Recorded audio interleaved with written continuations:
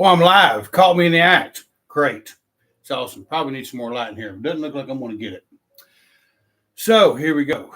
Show prep. Once again, show prep for the rest of the heathen community because 90% of them don't know what they're talking about. I love being able to say that. Why? Because I'm Bryan Wilton. Isn't that awesome? And I hope it aggravates the shit out of all of them because they know it's true. I'm working on a new book. Don't know why, but I am. I started doing this when I was 38 and I'm 53 now. Suffice to say, there's a lot of things that I have learned. Not the least of which is an eye-opening set of revelations that will come in this new book called Ancient Echoes. I think Shanae, for helping me pick that out, I think she used Chat GPT or some nonsense. It came out perfect. Ancient Echoes. I've written about all of the lore. And every time I look at it again, I learn something new, as is the case now.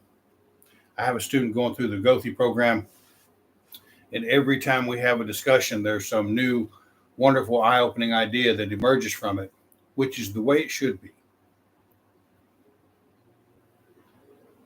But I spoke a couple of weeks ago about this idea of Lear. I'll open this up with what I wrote there at the end of it so we can get a refresher of where we're going. So when at the opening of the Skald's Karpamal, we have Lear, right? H-L-E-R. Now, I wrote through all this. You probably have to buy the book to read it or find the video I talked about it on. Or if you're on my Patreon, you can read it because it's posted there. But what becomes of Lear is an amazing awakening. And perhaps you might call it a revelation of what the world really is. But now we are challenged to understand our role in it. And I think that's the problem with much of paganism today. It's only interpreted to the easiest, most shallow level with most individuals. They learn a few things. They think they know something. I'm guilty of it. That's how I started out. And then I had to change. Things had to be different. Things had to get better for me. If my faith cannot allow me to do that, why am I wasting time with it? I still see individuals that I've known for 20 years on social media talking about the same tired old, I'm super bad, but really they're big as a toothpick based on their perception of what Asatru paganism, Norse paganism, heathenry is. Same thing for the universalists, same things for the folkish. Nowhere have many of them found what it really means to follow this path and create something and to make yourself into something more than you currently are. That we might learn all of these great stories is one thing, but to begin the path they point out is quite another. All right, this is the point where the painful realizations begin to emerge that not everyone you currently hold dear in your life will be continuing forward with you. And that sucks. This crossroads is where the hero typically refuses the call. They ask, who am I to try to change anything? Why should I leave the comfort of all these familiar and loving surroundings?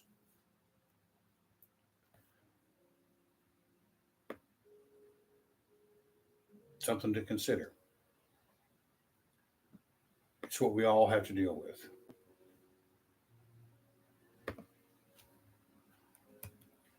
I'll tell you what you are is a pinpoint of the universe expressing itself.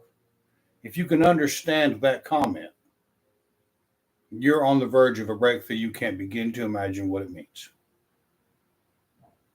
That expression is limited only by the thoughts that you believe make you who you are. And that is exactly what Lear must come to grips with in the next chapter. A famous saying suggests, show me your friends and I'll show you your future. And the entirety of the corpus of literature that I've just referenced is a treaty that encourages us to examine those fundamental allegations that the universe is what everyone says it is. Is it? Is that a far-fetched claim? No. See, here we all sit having abandoned our faith in Christianity and wrestling with what we have been gifted with. We are, for all intents and purposes, in the same boat as King Gylfi and Lear. And there's a certain feeling that accompanies that sensation of opening our eyes, so to speak. The far grand horizon is now a much grander thing than we might have imagined. And such concepts tend to motivate people to want to share it. And we all do, but we tend to share it in such a fashion that it is limited by our existing framework of understanding. That the socio-economic religious framework with which we were raised, such a mindset is not conducive to understanding even a fraction of what these stories mean. Just exactly how do we cultivate that proper mindset? Well, the directions for changing our minds and changing our realities are contained in three stories. And the Heimskvitha,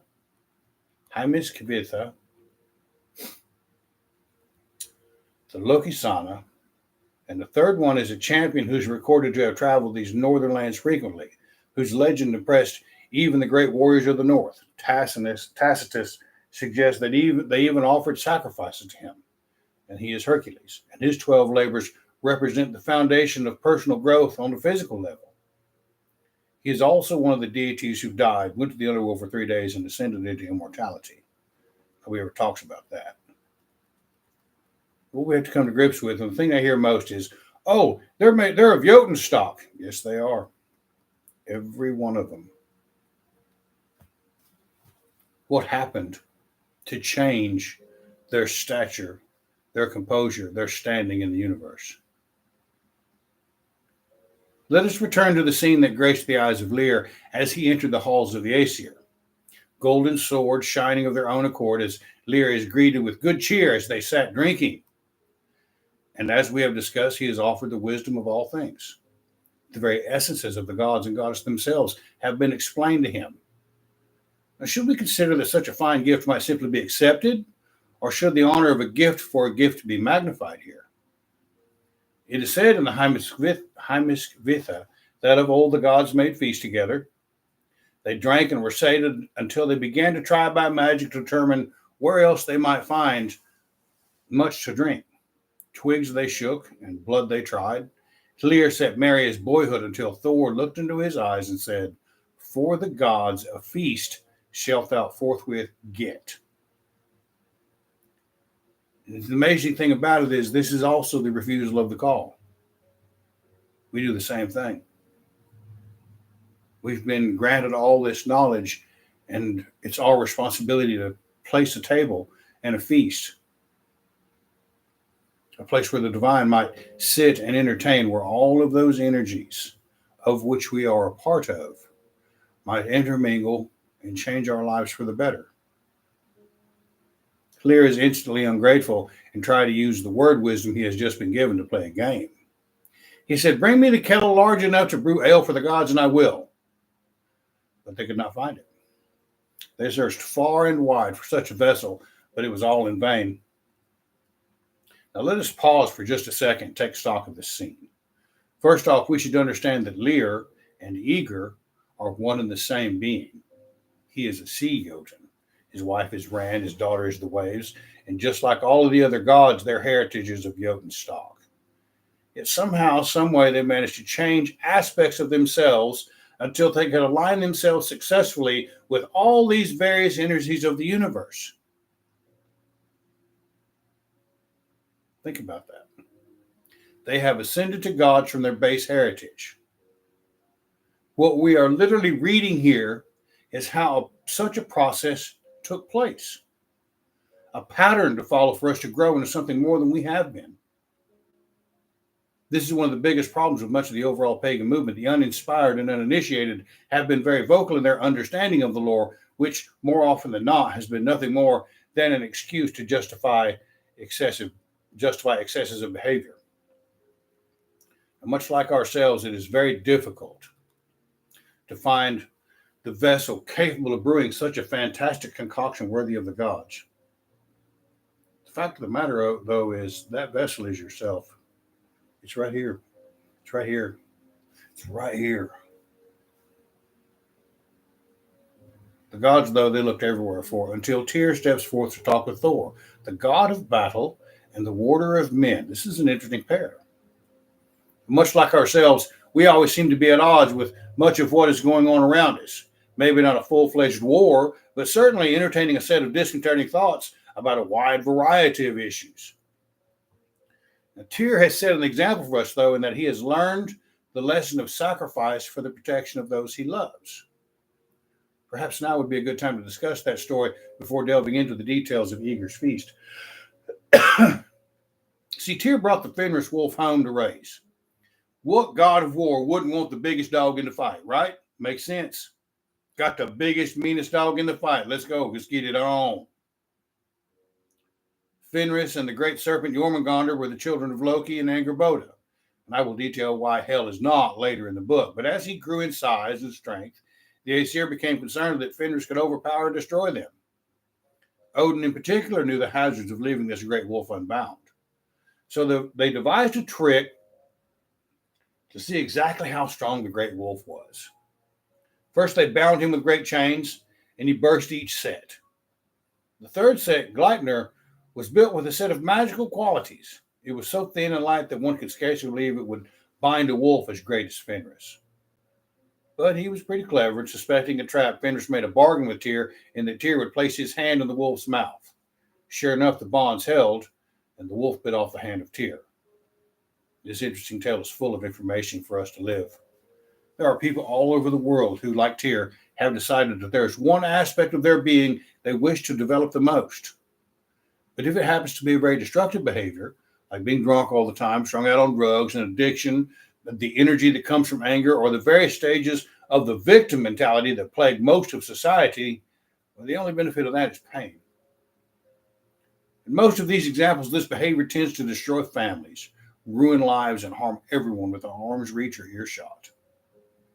The great wolf that Tyr has raised is a representation of that destructive force in a person's life. And we always lose something when we come out of it. The sacrifice of a piece of ourselves. It has been destroyed. We may have been wounded. Our families may have all abandoned us. Whatever the case may be, the wolf we have fed has taken a part of us. The fact that it is Tyr tells us that even the mightiest of warriors in the arena are subject to this failing we encounter in life. But it is also a reminder that it requires a warrior spirit to face up to these truths about ourselves and make the right sacrifice. This is one small example of what it means for us to raise ourselves to a higher state of being. Will you be able to fly or anything like that? And I'm not really sure that's how it works. But I will tell you that there's a lot of freedom to live life when everyone around you knows that you have what it takes to engage in such an action to better yourself and protect those you love. This is the part of the hero's journey where tests and challenges prepare us. These moments allow our consciousness to expand.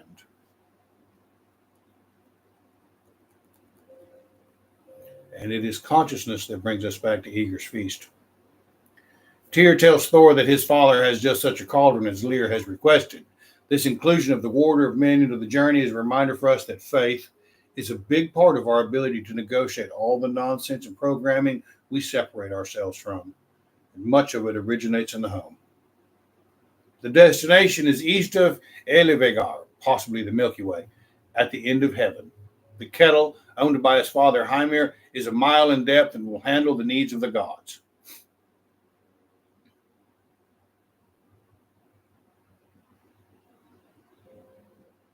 It makes me wonder if our minds can roam to such great horizons, how deep the waters of our being might really be. They set off to Egil's home first, the goat herder, who was the father of Thialfi and Roskva, Thor's two servants. It would seem that even the greatest of us need help. They enter the home of Hymir, Tyr's father, and are immediately greeted by the grandma of Tyr. A full 900 heads she has. One can imagine being full-faced by 899 heads of grandma, whose grandson has drifted from the family traditions. But it is the mother of Tyr, the bright-browed one with gold, who came forth and offered these powerful guests a drink, and the spot that hides them from this ill-tempered brute who is wrathful to guests and grim of mind. He finally enters, half frozen from the hut. Kind of like, I'm sure we've all seen him or know him. Somebody's dad coming in, dirty, mad, needs to take a nap, probably needs to give me a beer, honey. Come on. Y'all kids need to shut up. I'm going to have a beer. Be quiet. That bitter, guy that works every day, comes home bitching about his job, angry, fat, out of shape, sorry, mad at life, not happy with a thing, and angry at everyone. I lived with one. My mom says she lived with one. My dad lived with one. I'm sure it's all over the country. Men are tired when they come home from work. If they don't do a single thing to make coming home great, they spread that hatefulness. And there are women that do the same thing. Single mothers that are doing the best they can with what they got, and they come home and all is amiss. Is this what we want to be? It's obviously not Tyr wanted to be, and he became the greatest warrior of all. He finally enters half frozen from the hunt, where he is cheerfully greeted by his beloved. That's a good woman. That is the very essence of the feminine divine. To protect and to love. She tells him that their son has returned from a long journey and brought a friend with him. The very gaze of this giant breaks beams and kettles until he sees Thor walk out from the mess. Now that would be startling. Even though he is angry, he is reminded of his obligations to his guests. A fire is set and 3 oxen brought in, and Thor eats 2 of them. Thor then suggests that they should eat the next night from the spoils of their hunting. Heimer instructs Thor to grab bait from the herd, and he secures the head of an ox to bait his line. Heimer ridicules Thor, saying, "You ain't capable of withstanding the sea the way I do. He isn't powerful enough to fish with him." And we begin to see the braggart that so often accompanies the bully. Now we see why the warder of men has accompanied Tyr. He will put him in his place. And I'll write more and on into the next chapter, or I'll write more and finish up on Eager's Feast this week. But we have the setting here of understanding. One of the greatest things we need to do with all of this, insofar as listening to these ancient echoes, is to be honest about where we come from. That's the most painful thing to do. I've had people ask me, is it really possible my parents could have been that way? Is that real? I have seen grown men have psychotic breaks when their mother dies because they never cut the apron strings from the devouring mother. I have seen the sadness firsthand that these things have caused. I have had to work through much of it myself. So when I'm talking about all of these things, I'm not talking about something I've read in a damn book. I'm talking about having had to work through it myself. I'm talking about having to help people through it, using this faith to help them move forward from the pain of an existence in childhood by people who were angry at the world and brought life into it and then used that as an excuse to make sure that their pain, anger, and misery carried on to the next generation and the next generation and the next generation. Well, we live in an age when we have the type of leisure time that was only afforded to kings before now. I believe firmly as I write this book that if we aren't using that time to break some of these kind of generational curses, some of this institutionalized pain that seems to be proliferate among our society and feed the righteous indignation of the hard right and the hard left, this is a lifeline for the world, at least for the people that adhere to it. This is a lifeline, and we don't even realize it, that can pull us out of that trauma.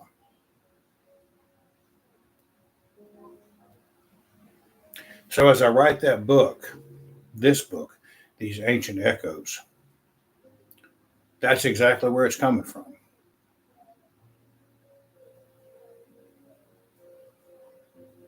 And I have a feeling it's going to count.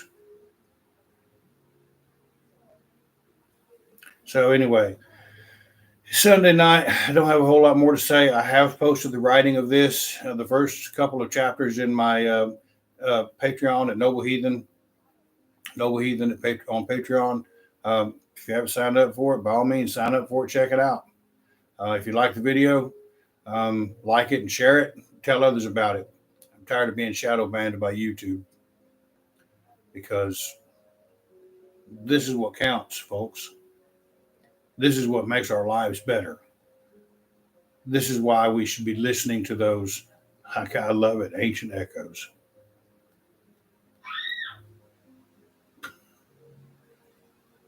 So tomorrow is Monday. Grab it by the nose and whip its ass. But remember that all the people that are standing around you are going through something too. And take a moment before you react to dumb things they're invariably going to say. So I appreciate you joining in this evening. Have a good night, and I will see you next Sunday with an even greater revelation and more show prep for the rest of the heathen community. Y'all have a good night.